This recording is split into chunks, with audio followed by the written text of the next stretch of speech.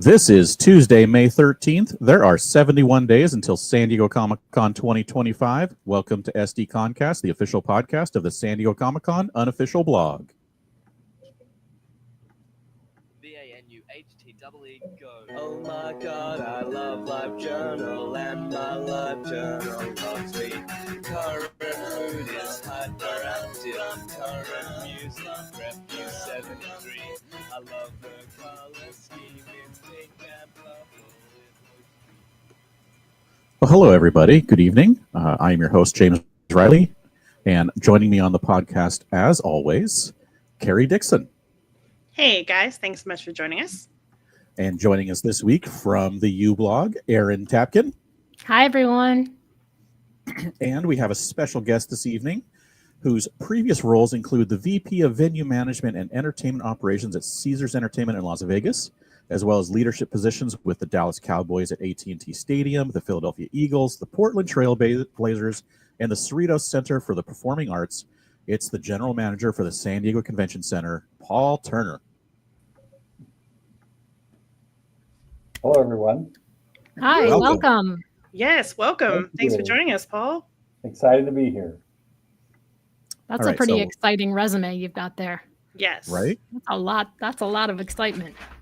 I've been very, very fortunate to get to work for some great organizations and some incredible venues and get to see and be a part of a lot of really amazing events. And that certainly hasn't stopped with my coming to San Diego, that's for sure. Very cool. All right. So, as I said, welcome everyone to SDConCast. We'll take your comments and questions during the show. You can tweet us at SD_comic_con or use the hashtag SDConCast.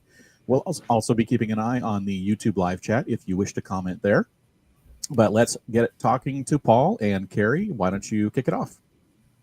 So, Paul, again, first of all, thank you so much for joining us today. Can you tell us a little bit about what being general manager for the San Diego Convention Center actually entails? Because that just sounds like a very large umbrella. Yeah, thank you. It is. It's we've got quite the building here. As the general manager, in my portfolio of direct responsibilities, it covers event services, which is our event management team. So those are the people that work very closely with our event clients to connect them between their event needs and all of the resources and logistics around our building and the use of our facility. I also oversee all of our public safety staff, our guest services staff. Those are the folks in the lobby that greet people and help give directions and make sure that people feel welcome when they come in. And also our cleaning staff and our building setup staff. So all the people that set up the chairs, the tables, and the stages and transform all the meeting rooms into different setups. That's all part of my responsibility. Then I also have an operational responsibility with our partners, which includes Sodexo Live, which is our food and beverage company that we contract with, and Smart City Networks, which does all of the technology, all the telecom and internet, Digital Conventions, which does the digital signage, and On-Site Services, which does all of the production rigging and lighting. So that's kind of my thing. So if it's not the building systems itself, like engineering and maintenance, that's somebody else. It's pretty much under my responsibility. Awesome. Well, you've only been there a year, is my understanding. Is that correct? A year and a half. A year and a half. Okay. But in that time, even in just a year and a half, I'm sure you've seen a lot of events come through the convention center. Was last year your first San Diego Comic-Con ever? It was. And I'm so glad because from my first day here, I came in October of, 25? So in October of 23. And everybody's like, oh, you got to wait until Comic-Con. And of course, I knew about Comic-Con. My daughter was a big fan and she had never been to it before, but, she had aspired to go to it. So I, of course, was aware. And everybody was like, oh, you can't wait. It's so different. And they weren't lying. It was different. It was to be on this side of it and to help work with the event clients and the event organizer and all the different elements. It was spectacular. It was great to be a part of it. And I'm glad that I can now say my first one's behind me because we have so many staff here that have been here for many, many years. So it's like, when we meet, we talk about, okay, how many Comic-Cons have you worked at? It's 25, it's my 30th, it's my 17th and whatnot. And finally now I can say, this is my second. So There you go. There you go. Did your daughter get to go last year? she did. I got to tell you, having been able to work and live in a lot of different cities for different venues, my daughter grew up. She's now 23. She grew up getting a chance to go to a lot of different events, concerts, and things like that. And it was really interesting because probably 10 years ago or so, she was dreaming about coming to Comic-Con. And she's like, Dad, is there any way? You must know somebody. You must know somebody. And I was like, we'll try, we'll see. And I was, trying to work out a deal. Never would have thought that 10 years Yeah. later, I'd be here and that she would be coming to her first Comic-Con. But that was really, really cool to be able to make that happen. So I get to be a really cool dad because I get to make that kind of thing happen for my kid. Took a job just to get her to be able to go to Comic-Con. That's right. Look at that. And before I was in Vegas with Caesars Entertainment, and she got to see the Adele concert at the Coliseum. So yeah, I mean, you're set for life, like dad of the year. I got to think so. Something's got to count for this. Love it. All right, so as you now have seen, Comic-Con is a massive undertaking. Can you give us a sense of like when prep for Comic-Con actually starts at the convention center and kind of what that looks like, as from like top level, Sure. big picture? Yeah, absolutely. Well, we actually start planning for the next year's Comic-Con during the current year's Comic-Con. So we're looking at how all of our plans that we had put in place are being executed, what's working. We're taking notes, we're observing things, we're taking photos of things, anything we can do to kind of collect our own kind of scorecard on our own performance of what we're doing. We're going to the talkback sessions and we're listening to the fans that have been attending and hearing what they've got to say. And we're walking around during the event. And I love walking the floor and just listening to what people are saying. And when they say something about the building or their experience with the building, I'm like taking note of that. So we informally start that planning during the actual Comic-Con. And then the real earnest, kind of that year's planning starts about 6 months out with us, where we start to activate kind of looking at our staffing plans, looking at all of the other resources that we need to kind of put together, our cost estimates and things like that, and start working with the Comic-Con folks to start having those planning meetings.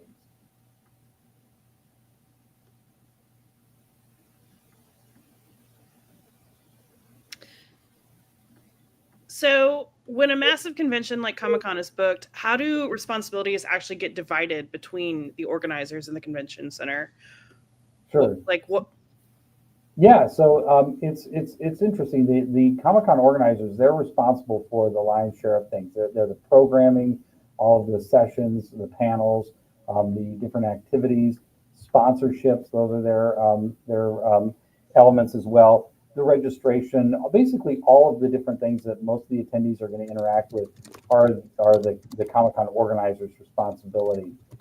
We at the San Diego Convention Center, we take care of the facility itself. We make sure that the building is ready to receive the event, that we've got their specifications as to how they want the room set up. We get all the chairs and the tables set up. We work closely with our food and beverage company to arrange for the concessions.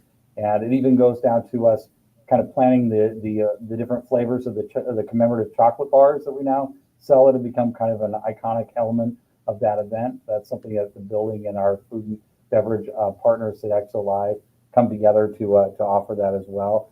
So all the building systems, the heating, ventilating, air conditioning, the grounds maintenance, all of those things are kind of under our purview as well. And then we also connect with the local partners like the city, the Port of San Diego, the police department. All of that becomes part of the fabric of the coordination of what we do. But it's really, hats off to the Comic-Con organizers because they are the visionaries. They are the ones that, they manage all of those details. They come to us and they say, this is what we want to do. And we all collaborate together to figure out how do we make it work? How do we fit it in the building? How do we put it on the site? How do we make it safe? How do we make it really accessible to the attendees so they can enjoy it? I got to tell you, one of the things that impressed me the most about working with the Comic-Con folks is that they are just in the shoes of their attendees. Everything they do is from that perspective, and they're really trying to plan and drive that event from their attendees' perspective. And that's admirable, and that's unusual because usually with event promoters and whatnot, it's really about their business and and what they can do to maximize either their revenues or their impact or whatnot. But Comic-Con is, the model is completely flipped. It's all about the attendees and that attendee experience, and they just really make that so much of their commitment. And it's really fun to be that, because to be involved in that, because you're really all working towards the same outcome. Aaron, you're on mute. Thank you. What are some of the things that the attendees maybe don't realize is happening behind the scenes that helps keep the convention running smoothly? Yeah, so it's a lot of advanced planning. One of the things that's a real benefit is that because Comic-Con is such a legacy event, they really do have a way of doing things. So they have, over the years, made incremental changes to everything from the way that the show floor is laid out to where they host different panels, the way they do line management. I mean, this event is a PhD study in line control. It is amazing. Standing in line is part of the event experience. I know there are people who are like, that's part of that community activation that people experience. Absolutely. So there's a lot of behind the scenes is making sure that those elements, the equipment is laid out the way it needs to be, or the signs are posted. And then there's also, very high level planning around public safety, how we're going to be monitoring everything from social media to the physical, kind of surveilling the crowd to make sure that we're keeping an eye on things, and that if something looks not right, that we've got the resources to go and address it. To making sure that trash cans aren't overflowing, because something as simple as an overflowing trash can can be a real threat to the crowd. It can become a trip and fall hazard. It can be something that just is not a nuisance, but can be a real real issue. So we stay on top of that, managing all the back of house so that, as you mentioned, it goes seamlessly for the guests. The minute that you detect how we're doing this, we've kind of lost the mystique of what we're doing, and we've kind of shown you, and we've laid bare the things that we're supposed to be keeping to ourselves, because you're there to experience the event the way the event organizers have planned it, and we don't want to shatter that. So there's a lot of that kind of planning.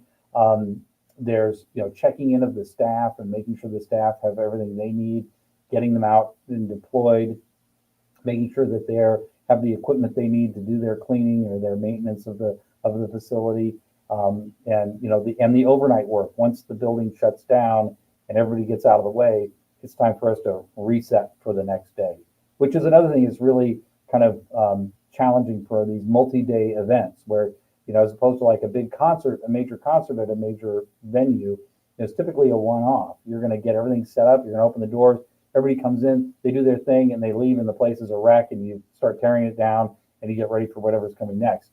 This, we got to flip it. We got to make it just as fresh and just as new as it was the day before, as if nothing happened the day before. So a lot of that magic happens overnight as well, with that cleaning crew and that setup crew as they straighten chairs and they vacuum carpets and they change out trash cans and all of that other kind of real glamorous work that happens in the middle of the night.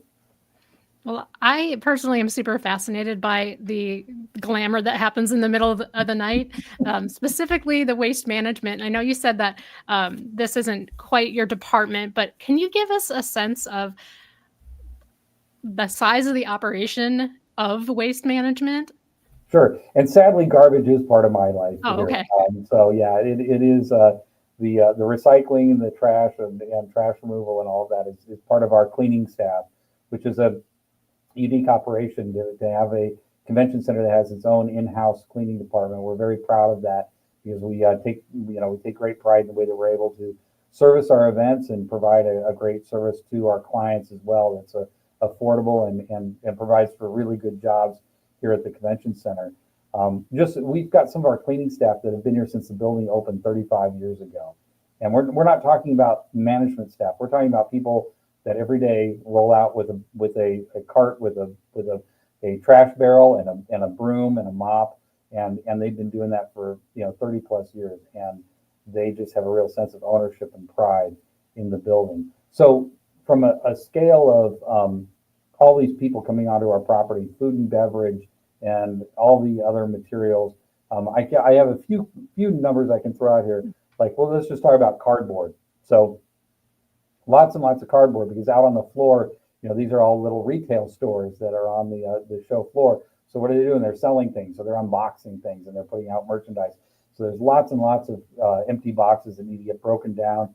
We take them out to a cardboard baler, which is a machine that takes in all this stuff and it compresses it into these big bales and puts wire around it, and we get it. We ship it off for recycling. We did over 100 tons of cardboard for Comic-Con last year, and that's pretty typical. We're back. Comic-Con is pretty much back as it was before the pandemic impact. So all of that volume that we're experiencing has been pretty typical from the past. So about 100 tons of cardboard and other other refuse. We do everything we can to try to recycle and recover and really limit the waste stream. So we do a lot of things to prevent waste at this event. But it's all about trash compactors. Again, having the trash trucks come and pull those compactors every day or maybe a couple of times a day. We've got an extensive loading dock back of house where we're taking all this stuff and we're getting it deposited. Because our goal is to, again, keep the front of house, if you will, as clean as possible. And when a trash can gets full, we're pulling it, we're getting it out, and we're making sure that people don't have to deal with those overflowing trash cans. I can tell you a little bit about our food and beverage operations, what we do to prevent waste there. We've got basically two major categories of what we do with extra food stuff. So we've got one of them is unserved food from meals and receptions, things like that. So when we have that, we will donate that to shelters and to other kitchens and make sure that it doesn't go to waste. And then we have things like kitchen scraps, which aren't edible items, but all of that gets composted. So we're trying to really minimize our impact on the planet when it comes to those efforts. So we coordinate, like I said, with regional food banks and shelters to provide the unserved meals to things like to San Diegans in need. And we donate enough food each year from the convention center to plate thousands and thousands of meals. So nothing really goes to waste. It all goes to benefit as best as we can. That's fantastic. So once the one last garbage question, I don't know why I'm so fascinated by it, but where does it all go? It leaves your dock, and then where does it go from there? So our trash hauler we partnered with is Republic. So they obviously have a waste facility. But one of the things that's a really interesting new innovation that Republic has is they've got a whole new kind of industrial sized composting operation that out at their facility. And there was a whole team of us about a month and a half ago went out to see this, and we got a tour by the Republic people. So they're able to take separated food waste, compostable materials, and they put it into this giant machine called a Thor, and it basically just eats this stuff up. It grinds it up into a kind of a pulpy, kind of just horrible, mashy kind of material. But then they can then put this stuff out into big piles. They cover them up, and they let them do their composting thing, and then it all becomes really good soil that they can actually sell out as fertilizer and other kind of landscaping material and all sorts of good stuff. I don't know all the ins and outs of it, but it was really impressive to see that we can get a lot out of this composting effort by sorting some of the trash and then having it go to this basically this Thor machine that digests it all and puts it in a way that it can be composted. But the other typical waste goes to the landfill. But again, you look at the evolution of these efforts, and you can see that back in the day, everything just went to a landfill, and now there is so much effort to make sure that from the point of use, the point of actually purchase, that we're purchasing food service wares and things like that that are compostable, so that the moment that they become not doing their thing as a food service item, they can now become part of the solution and the recycling stream as best as possible. So things have really evolved, and we're trying to do our part, but we're also working with really innovative partners like Republic that help us get there and help guide us and give us that that additional insight as to what we can do to help reduce the impact. It's actually fascinating. Just like Aaron, I'm fascinated by how they can, you guys can move all that stuff around in that amount of time. Another thing so I've been going to Comic-Con for nearly 30 years at this point, and the power in the building is always there. Mm-hmm. Always. So how do you ensure that the building always has power for the screens, the lights, the tech, all the booths that are plugged in, all the activations? There's so many rooms, there's so many people, there's so many things happening. How do you make sure that there's always power? Well, the good thing is that we're built for it. So the engineering of a building like this is all designed to make sure that we've got the capabilities that we need to have, that they're at the kind of the resource level that we're likely to have. So let's just take our exhibit hall floor. Our exhibit hall floors, which are over 500,000 square feet of exhibit hall space. It spans roughly about a quarter mile long. Every 30 feet on 30-foot centers is a floor box that has power, data, connections to support these operations. So it's like having a whole bunch of power strips that are built into the floor all around this space. So there's ways to plug into them. They all have capacities, and it's all built into the infrastructure of our building. So luckily we're intentionally designed to be able to handle these kind of needs. And we always work with all of our clients to find out what's special about your event.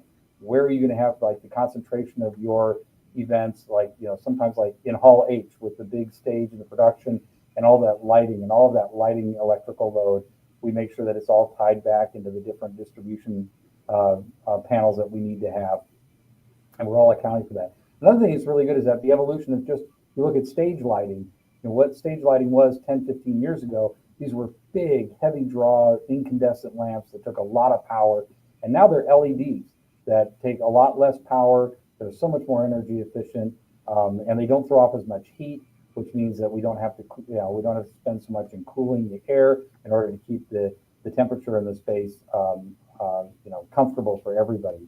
So we work very closely with our partners, our event clients, to understand what is it you're trying to do, and then making sure that we're provisioning the power and the data. We work with our technology companies to make sure that they provide them with what they need. Because sometimes we've got trade shows in here where it's not about plugging in laptops or things like that. It's about plugging in CAT scan machines and other big heavy machinery and things like that, things that they want to demo on the floor, and they're very sensitive about the quality of power they're getting. So we have ways of ensuring, and we work with electrical contractors that have really good equipment that ensures that we're able to deliver what they need and to do it reliably. But it takes a team of electricians here to keep an eye on everything and to maintain it. We've got a building now that the original part is 35 years old and the other part of it is 25 years old. So there's a team of very dedicated tradespeople that live and work on the SDCC staff that help us make sure that all of our infrastructure is performing as best as it can. Well, this is all truly fascinating, and we're not kidding. Like, we love all the behind the scenes workings and to know how it all comes Me together. But one thing that I wanted to touch on is carpeting. Attendees have an awful lot of opinions on carpeting. So how does carpeting work at an event like Comic-Con? So carpeting, whether to carpet or not to carpet, that is the question. That is really driven by the event client. So the Comic-Con staff are the ones that decide how they want to use the building and what they want to do. And, it's a conversation that we all kind of, participate in, but it's really their decision. And I'm not just trying to kind of transfer responsibility here, but there are upsides and there are downsides. I know aesthetically and sort of sometimes for comfort, having the aisles carpeted, and what everybody's talking about, if you're not familiar with it, it's the aisleways on the main show floor. Yeah. Because all of our meeting rooms have carpet and our lobbies have carpet. So we got lots and lots of carpet that are built into the building, but it's the concrete floor that is the like I said, 500,000 square foot plus, exhibit halls, the aisleways, whether or not they decide to put carpet down there or not. So it's really up to the event client. The comfort under the foot, that kind of thing is, and the aesthetics of it, certainly it seems a little bit more luxurious. But also with all that foot traffic, it's hard to keep clean. And also, since it is temporary, it's not glued down, it's taped down. You know, with all that foot traffic, the carpet can bubble up and it can become a trip hazard. So all of those things are kind of factored in to whether or not to carpet. And we all talk about it, and it's really, it's up to them as to a discussion. Lots of So I guess it's a debate that I'm not going to weigh in as to whether I'm pro or anti-carpet. No, and I'm not asking you to. Honestly, like I knew everything, most everything you just said. I just wanted people to hear how carpeting works at Comic-Con. That's Yeah. off of the sensitive topic now. Yeah, really gotta, yeah. Not so much controversy, please. I'm not touched for that. Carpeting. Who knew carpeting would be sensitive? Can you start the on hot padding? topic. Can you talk a bit about the facilities or engineering teams and the roles that they play during a convention like Comic-Con? Sure.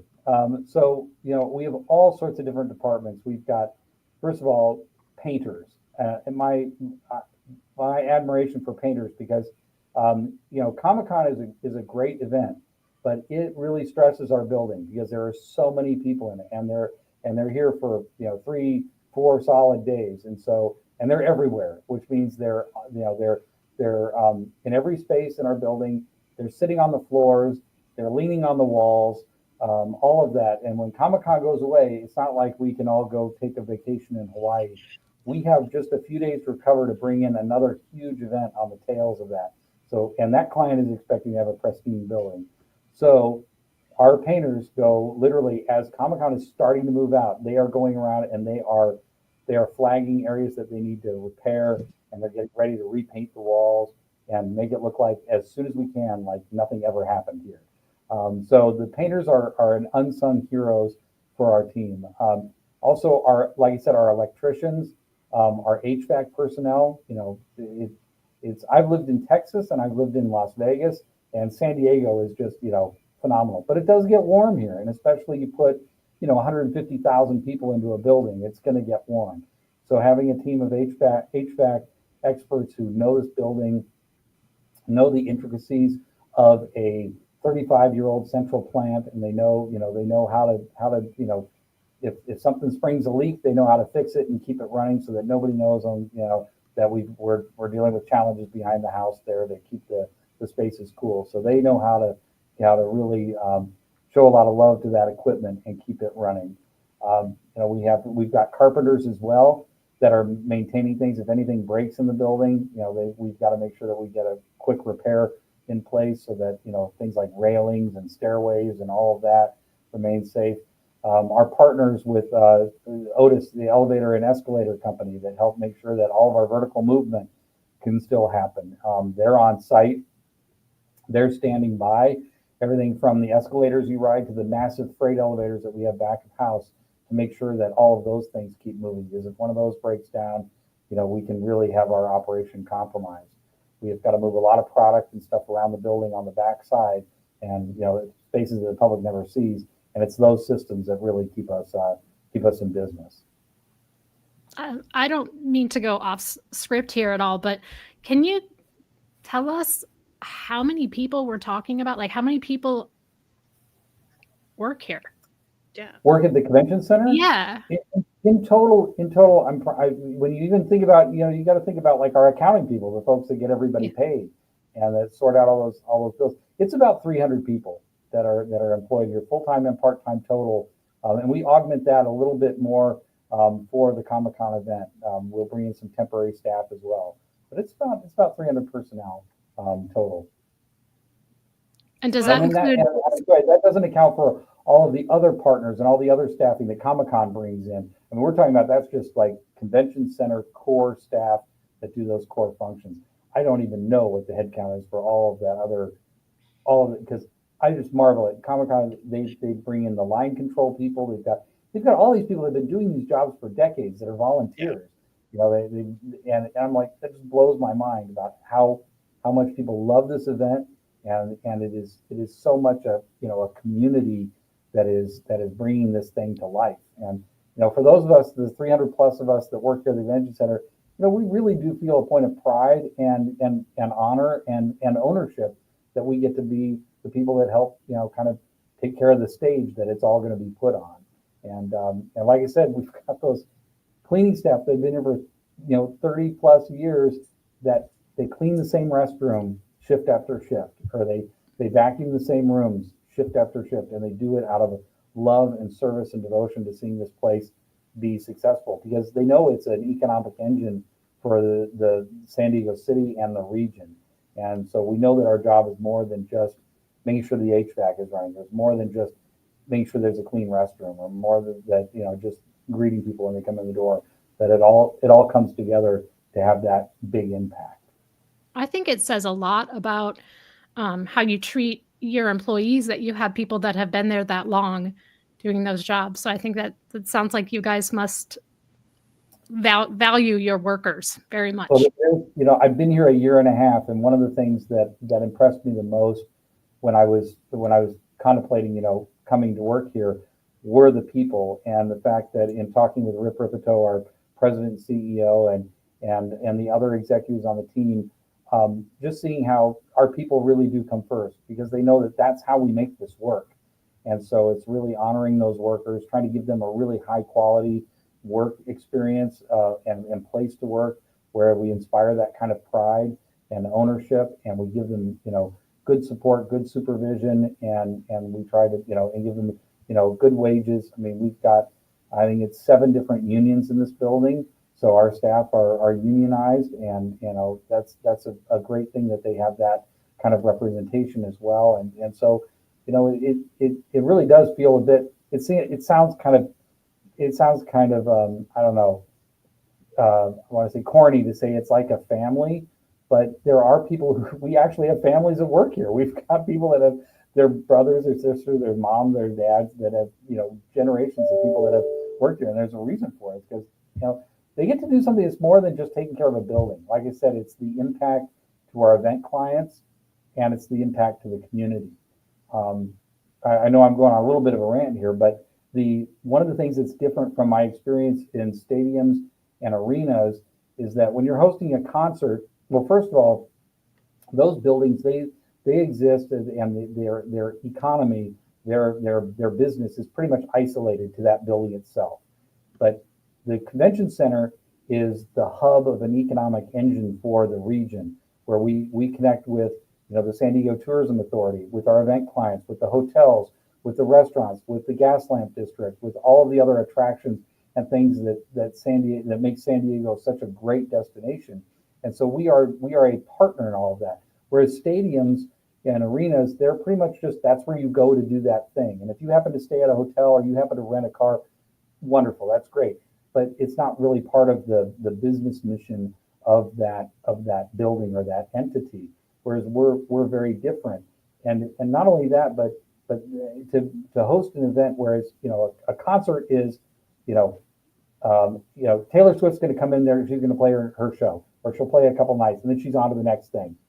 Comic-Con, when it's here, when any of our clients are here, that's their Super Bowl. That is their big event. That is the most impactful thing they will do all year long. It's what they plan all year for. It's what they live and breathe for.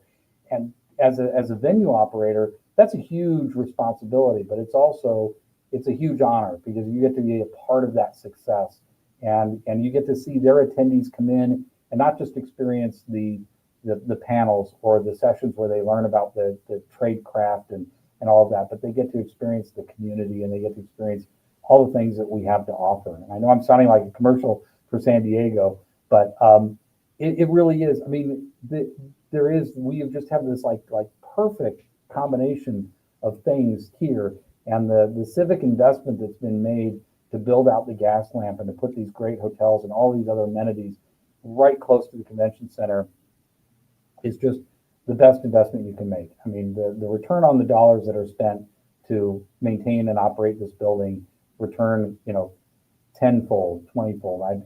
I know somebody will give me the right answer, but it's a really good deal. And the people that work here, they're invested. They truly are. It's not a paycheck. It's not a job. It's really a commitment. and it's a promise that they're trying to keep. Well, you and your team do an absolutely incredible job. And I was going to do this at the end, but I was just going to read you a couple of comments that we've had. I truly hope your team hears in general, like, thank you. But Night Bodega wanted to say, applause to everyone who makes SDCC happen. No job is too small. They are all important. Bazinga004 said, you guys basically help make the San Diego Convention Center the happiest place on earth in July. Priscilla said the cleaning crew is the unsung heroes. So just a lot of really nice comments right now. And to anybody listening, I strongly encourage you this year, like when you go to Comic-Con, if you see cleaning staff or the garbage people or anyone, just take a moment and thank them in person. We really appreciate that. That means the world to them. One of the things we're also trying to get better about is capturing that feedback and making sure that all of our staff hear it, because we run 3 shifts a day, 24 hours a day, 7 days a week. So there are people that come in at 11 o'clock at night and they go home at 7 a.m. And so they never, unless something's starting really early, they never get to see it. And yet they're the ones that reset that stage and make it special. And so one of the things as a general manager, I've realized I've sat in all of these kind of, we call them pre-con meetings, which is, these pre-convention meetings. And we get these clients that are like, oh, we're so glad to be back in San Diego. We love it when we come back to San Diego because it's a great city and all that. And we love the convention center because you guys just really take care of us and all that. And we go, thank you, thank you, thank you. And then we go back to our staff and we say, hey, great job. Our clients love us. They say great things. But then I realize they're just hearing it from the management team. And so we're launching an effort to try to capture some video testimonials and other ways that we can share with the staff when they show up to work at 11 o'clock p.m. and they're getting briefed. They can see these things. They can see that. Love that. Realize that, yes, we're noticed. Our work is valued.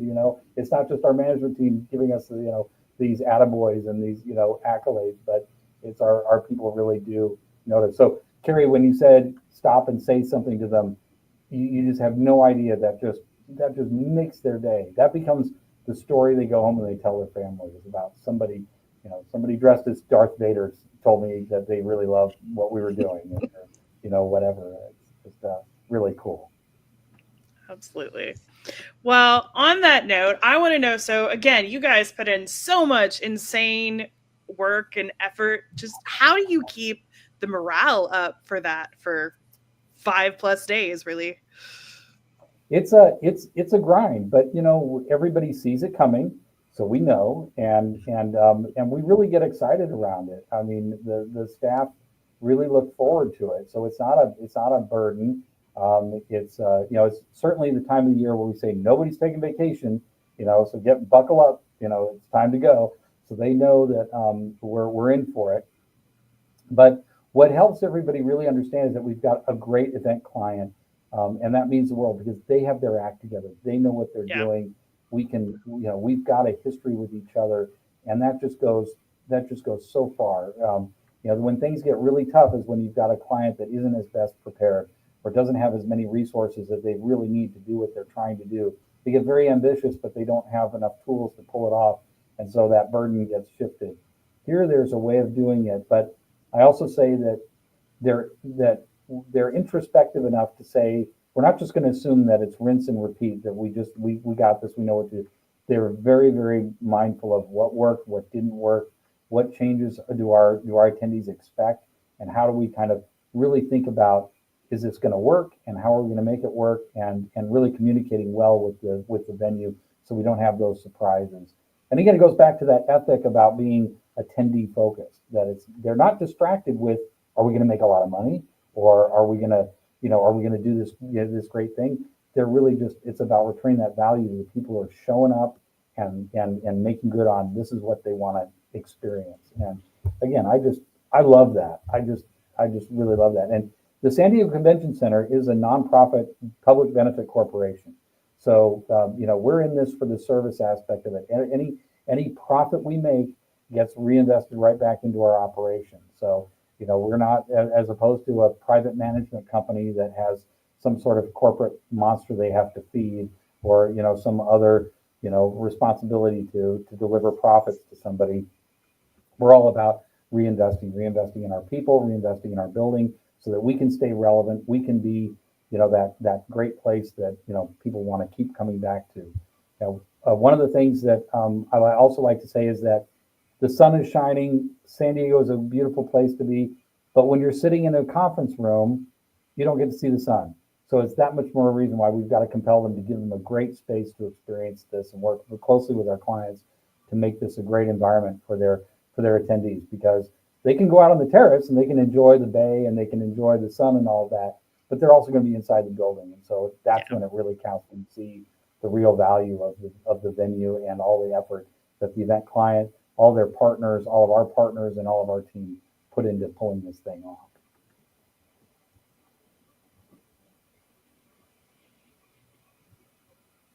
You're muted, Aaron. Aaron, you're muted. Do you have any, have there been any behind the scenes innovations or sustainability efforts that have specifically come because of requests from Comic-Con? I'm trying to think of what,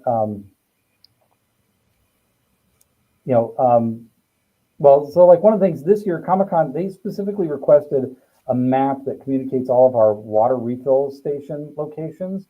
So, I mean, it seems like a small thing, but it really does. It's those little details about giving the crowd information so they know what to do, so they can capitalize on some of those resources. So we're all working on that now to make sure that that's posted and that's in all of their information going out to the attendees. So something as simple as, as using those refill stations helps cut down on, the recyclable plastic water bottles and other things like that. So I'd say that, that we're trying to find those little incremental things that we can do. Again, having only one Comic-Con under my belt, I don't know where we came from, other than I kind of know where the industry came from. And there's no reason for me to think that this isn't the most innovative group that they could be. They're highly motivated to do that. And, we're going to do everything we can to help partner with them. That's why things like knowing that our partner, Republic Waste Management, has this whole new composting operation. I mean, it's tons and tons of material that instead of just going into a landfill, by the way, where this material could decompose and degrade, but it's going to do so as part of a landfill operation, which means that it usually contributes to methane gas and other things that are not good for the environment. But when you can compost it and you can control those kind of organic processes, you not only reduce that kind of emission, but you also yield a usable material at the end of it. And instead of being buried in the hillside, it's actually being, out there fertilizing, or it's out there as part of beautification, landscaping, and things like that. So it's really cool, again, to be at the crossroads of some of the stuff where we don't necessarily have to come up with all the great ideas. We've got all these other partners who are all motivated for their business, their sustainability, and the ability to be able to represent what's important to these attendees as well, to show that we're being responsible stewards of mass gatherings like this and the impact that these mass gatherings have, and trying to be very smart about it and very sustainable about it. Well, I want to end on a very important question here, Paul. So you've been to one Comic-Con now. What was your favorite moment, or the one that stood out the most to you, that you were like, this is Comic-Con? To me, it was, and I got around. One of the things I did at Comic-Con was I put on the little yellow vest, and I was out there picking up trash, and I was trying to do all the different jobs that my team does throughout the course of the days. But I do have to admit that I stole away and I got into the room for Masquerade, and I stood back and I watched the Masquerade show, because I was like, what is this? And they're like, oh, you got to see it. It's like the stage show where they really show off. And I was blown away. I was like, yeah, this is it's so a cool. Because production. I'd seen, walking through the crowd, I'd seen people. I mean, you have all these little vignettes, and you have these people that have the artistry with which they put their costumes together. And then the some of the staging that they do. There are all these little shows going on when people are stopping for photo ops and they're interacting.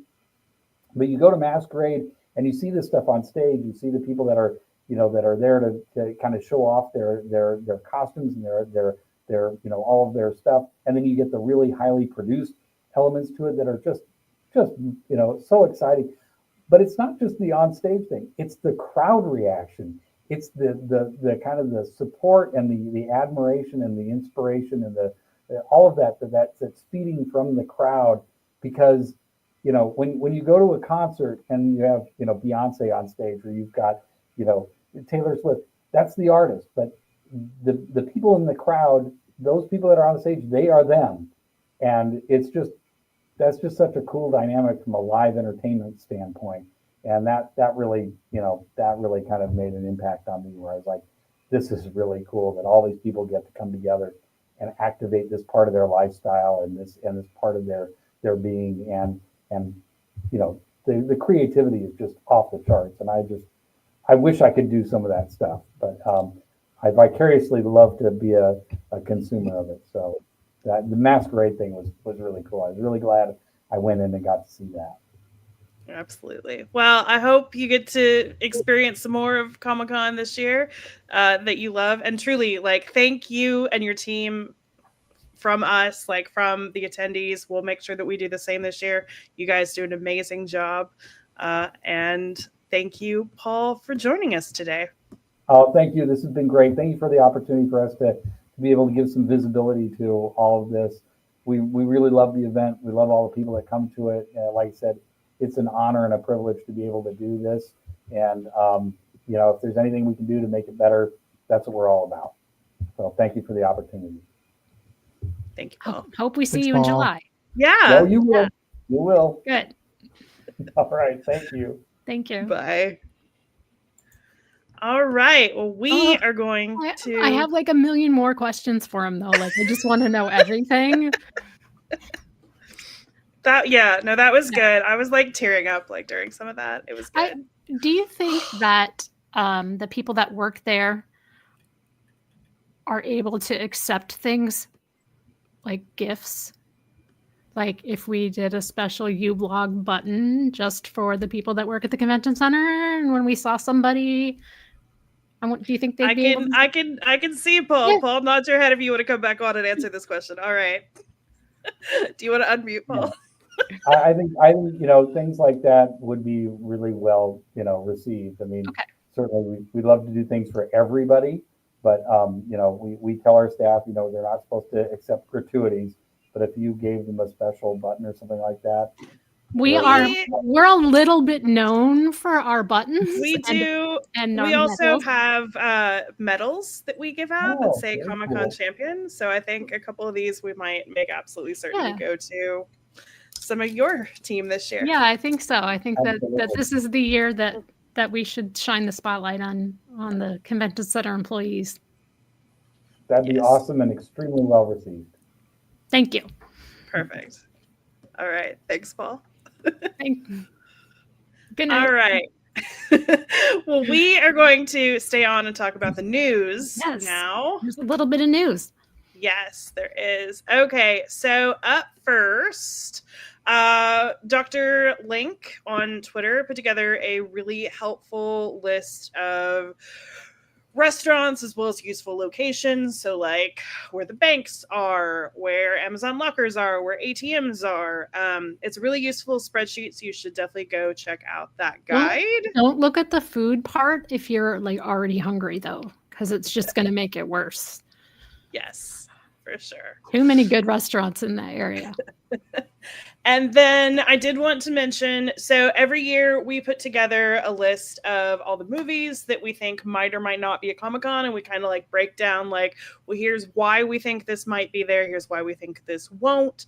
But we released our movie breakdown on Monday. Starting next week, we'll do all of the TV stuff, and we'll break that into 2 posts this year, which is cable and streaming, and then broadcast. So that'll be next week. And in looking at both of those, I think it's going to be a good year. I like how you say we, but it's all you, girl. Girl, it was all you. You proved it. I mean, that's a little. Yeah, but you keep track of that stuff. You and Kara both like keep track of that and like when things are coming out and even on the fly, you've been like editing things as shows have been announced recently. I've changed that Netflix description like 5 times now at this point. So no. No, I think it's going to be my a very good kingdom year. for a Netflix schedule, long-term schedule. Wouldn't that be great? I know. Mm. I wish they were more reliable Yeah. for attending the con, but we'll see.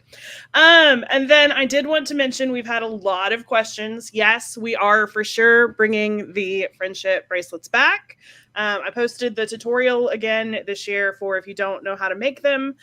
We'll be doing the meetups. We won't post the times until probably like a week before the convention. But I'm very certain we'll do another one on Wednesday after preview night, because that was by far the most well-attended one last year. But we'll try to do one every day, just like last year. So we would love if you would join us in making some friendship bracelets. It's not hard to do. It's really not. And we had so much fun Yes, last and year. you can have them Comic-Con related. You can have them fandom related. You can have them prize mule related. You can, whatever. You don't. Yeah. There's not like a hard and No. fast rule. You could just make it, just as long as it comes from you. It can be anything. Like literally my favorite bracelet that I got last year was someone had an Inception bracelet. And I was like, oh my God, like this 15-year-old movie, like that's me. So anything goes, guys. Yeah. Yeah. Anything goes. Yep. All right. So now let's talk about offsites. So first up, I just wanted to talk a little bit about Thrilljoy. So their Boardwalk Bash tickets went on sale the other day, I think on Friday. And those did sell out pretty quickly. It was like 30 seconds versus the usual like 5 for Funko. Ooh. But yes, they went very quickly. Failure. 30 seconds. 30 seconds. Such a long time. Yeah. So those are sold out.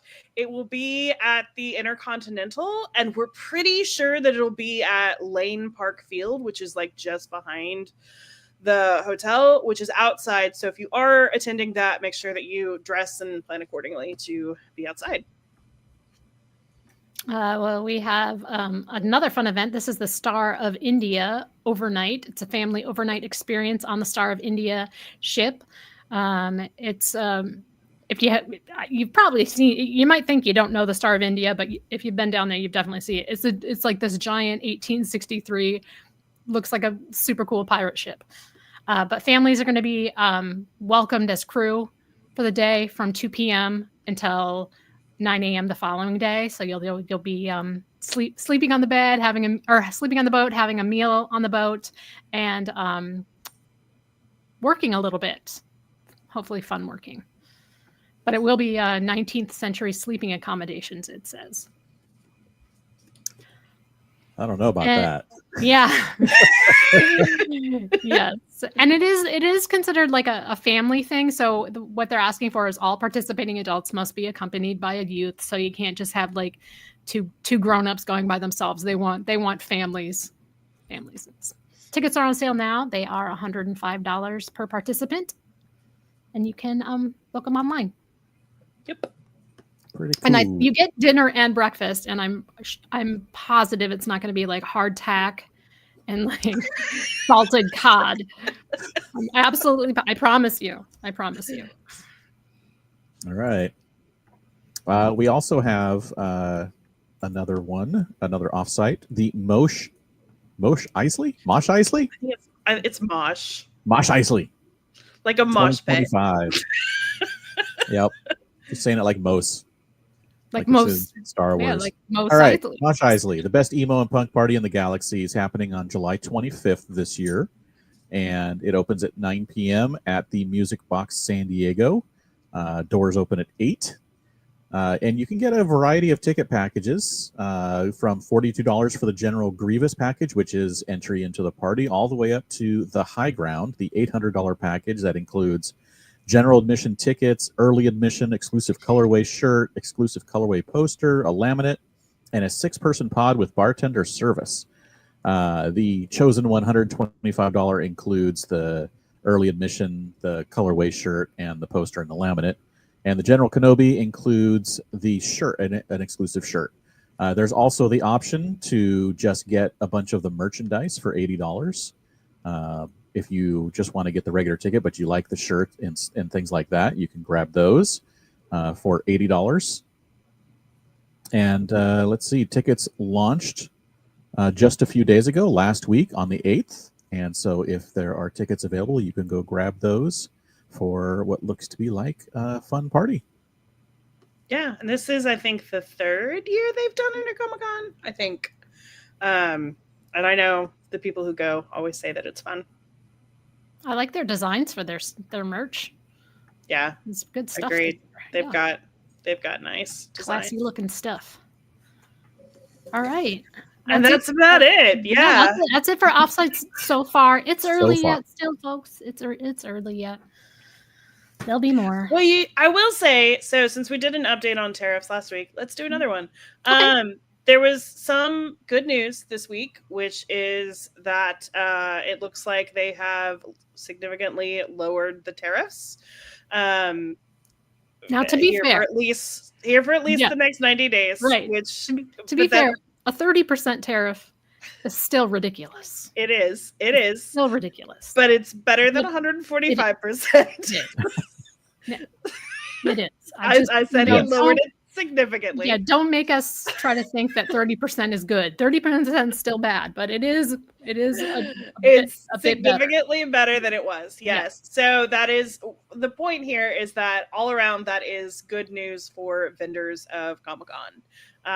Hopefully it means that a lot of these smaller vendors or even larger vendors like just won't be eating as much of cost, or that we won't see quite as high price hikes, or even that people will be able to bring things that maybe before they weren't going to be able to. So all around, I think this is, I mean, I don't want to like oversell this. Like you said, 30% is still not great, but this is good news for Comic-Con.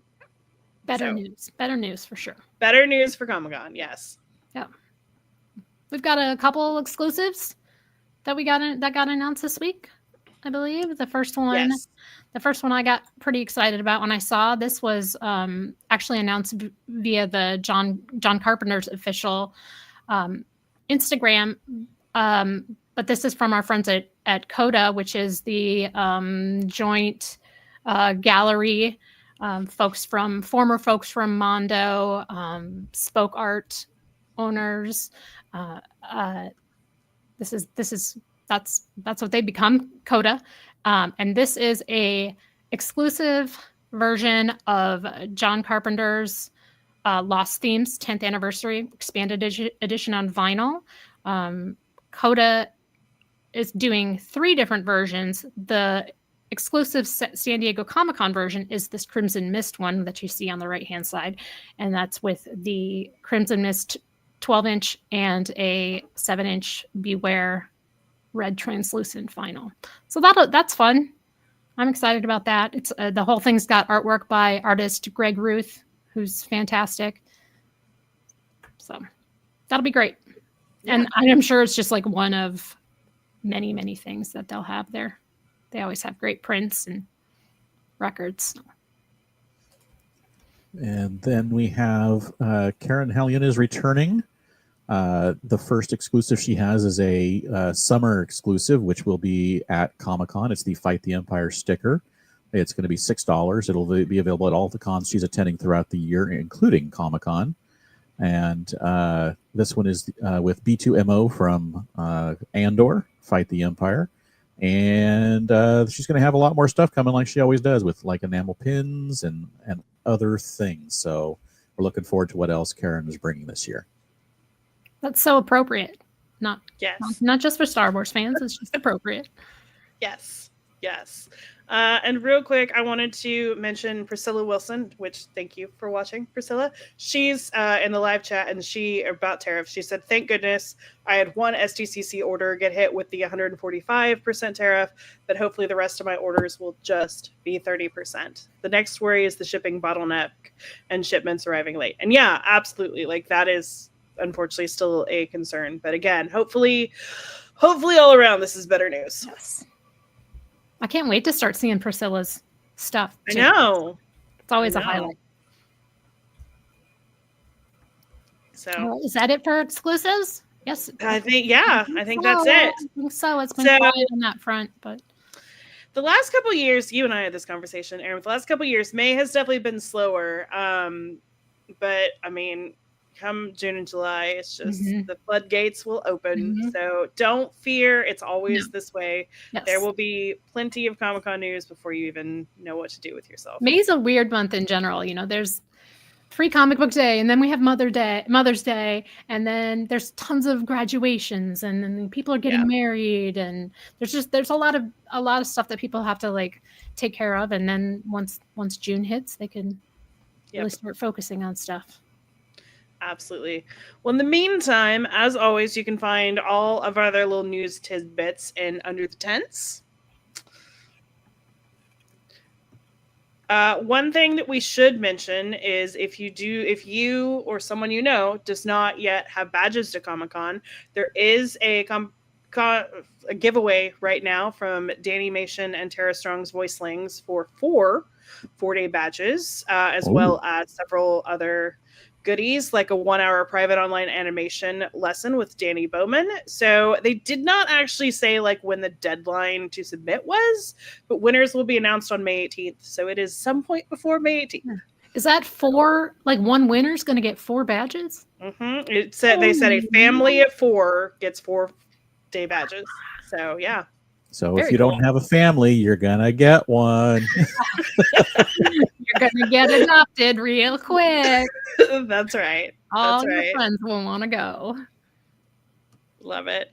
All right, so let's go over some housekeeping items, including we, as mentioned last week, and hopefully you saw over the weekend, we have changed Attendee of the Week a little bit. This year, we're doing Attendee Question of the Week, where each week we will ask a different general question, and you do, in order to be featured, you do have to email in, just replying to the tweet or the, what are we calling things on Blue Sky? I don't know. Post. Just the post. The post. Okay. It's not enough to just reply to the post. You have to actually email in. And please, for Kara's sake on our team, include the photo, your name, your location. And I think that's it. I think so. So please include all that information for Kara. But we'll be doing a different one each week. We do have a Patreon. We've got some fun stuff planned for our patrons this year. If any of our patrons are watching, I hope you guys join us on our annual live hangout next month. We picked out the swag for that the other day, so I think that'll be fun. And then, as previously mentioned, friendship bracelets will be back. Can I say one thing before we do the wrap up too? Yes. Thank you. So I just wanted to give a shout out to my dad. He passed this week, and he did not understand Comic-Con at all. The only things he knew about Comic-Con really were from Big Bang Theory, or if he saw Comic-Con being showcased on some of the morning shows. He always, every year, asked his one question to me was, "Did you dress up? Did you wear a costume?" And I was like, "Dad, you know me. You know I didn't cosplay." But he always had to ask every year. So I'll miss him asking me this year, but he was a good guy. Absolutely. Well, I'm sorry to make you guys. No. I just wanted to. No, I think that was about him that he always wanted to know, because he would see it on the morning shows, on the Today Show or Good Morning America or Kelly Ripa, or any of the daytime shows that he would watch. And I always thought, if you're going, you have to be dressed up. And to some people, that's absolute gospel. So. Absolutely. My father 100% thinks exactly like that. Yes. Well, I think that was lovely, Aaron. Thank you. So thank you for sharing. Thank you. And our condolences and a bunch of nice messages in the chats from everybody as well. Thank you very much, everybody. Thank you. I think that'll wrap it up for today. We'll be back next week, every Tuesday, leading up to Comic-Con, except for one random Thursday, probably. And our schedule breakdowns. So keep tuning in every week. Yeah. You can sign up for a newsletter. I swear, we're gonna start sending it out. There's not enough news right now for us to No, send it there out, really but isn't. there really isn't. But we always start that at some point in June. So sign up now on the bottom of our site, and you'll start getting our newsletters in June when there is too much news to keep up with. So thank you all for tuning in and joining us and listening, if you're listening to this as the podcast. Erin, where can we find more of your work on the internet? Yeah, I can be found almost everywhere at Bavarian Erin. Carrie, where can we find more of your work on the internet?